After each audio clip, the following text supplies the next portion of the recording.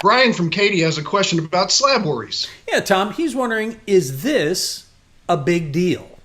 He says, I have two corners of my slab that have been like this for more than a year now, and this sliver of the slab is completely gone. Try saying sliver of slab 3 times fast. Mm-hmm.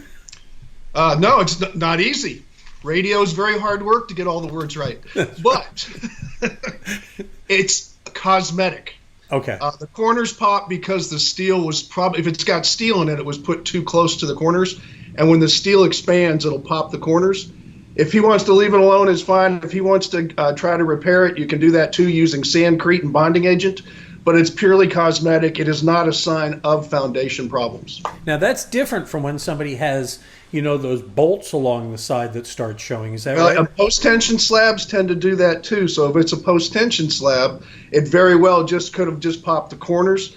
I can't really tell you why, but it tends to be common in post-tension slabs. Or when it's steel slabs, the steel was put too close to the edge of the concrete. And when steel eventually rusts a little bit, it expands. And when it expands, it'll pop corners if you don't have enough coverage. On concrete, you have to have at least 1.5 inches on the side of coverage and 3 inches on the bottom. And if they get real close, and on the corners they do sometimes, that happens. Got it.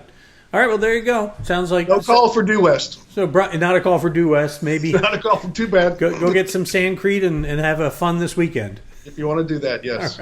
All right. You got a question, we can give you plans for the weekend, too. Just go ahead and visit HomeShowRadio.com, fill out that Ask Tom form, and send it in. We'll answer it just like one of these videos from home.